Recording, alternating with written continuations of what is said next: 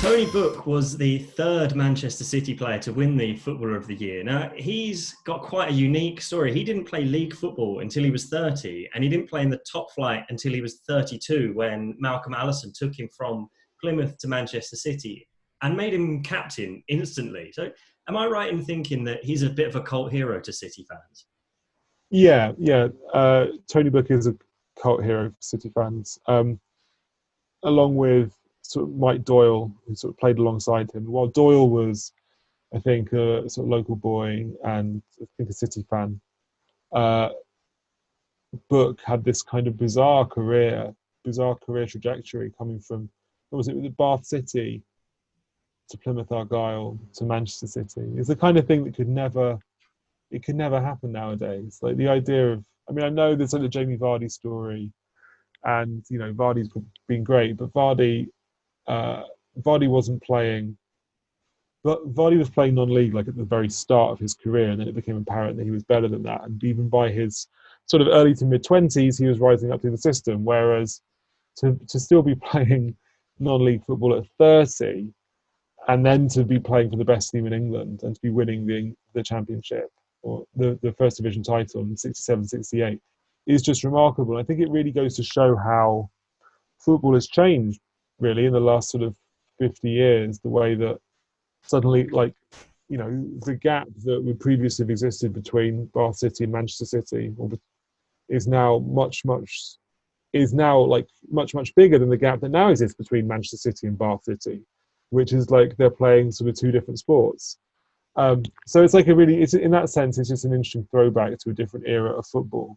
And I think that kind of I know it's a cliche, but it did endear him to fans, because it just, you know, there was almost no like difference really between him and the fans in terms of money or fame or personality. He wouldn't have been a celebrity at all, at least not until he arrived at City. If people saw him, you wouldn't be able to recognise who he was.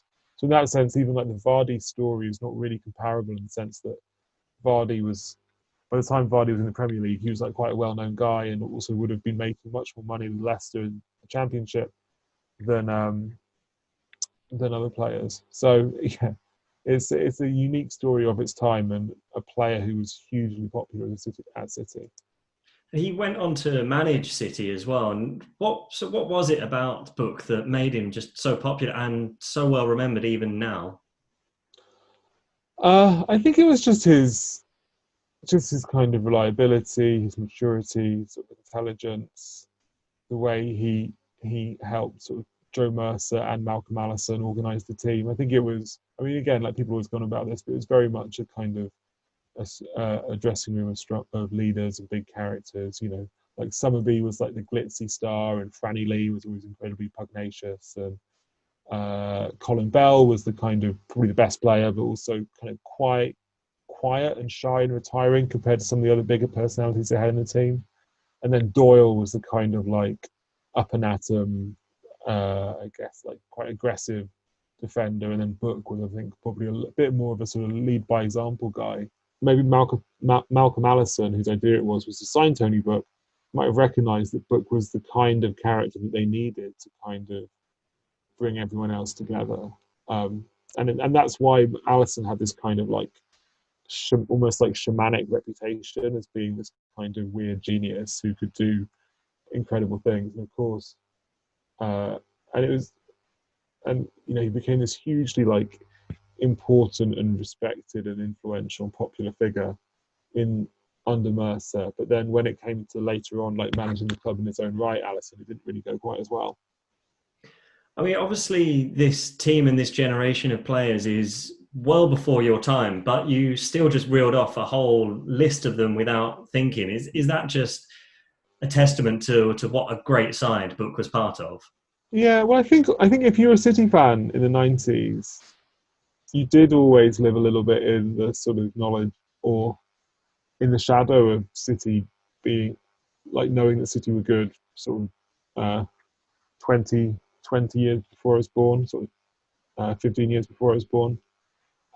So you knew that Summerby, Lee, Bell, Book, Doyle, Pardo, Corrigan, etc. were like City's greatest ever players.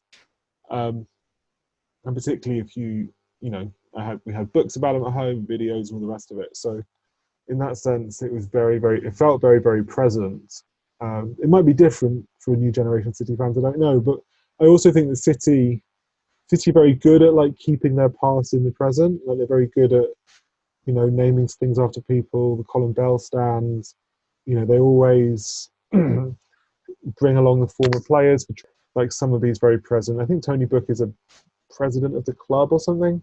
So City have been really, really good at like keeping that stuff in the public eye and making sure that they can say that there is a link between the kind of Joe Mercer glory days and the sort of Abu Dhabi era. They're not two separate clubs; they're the same club.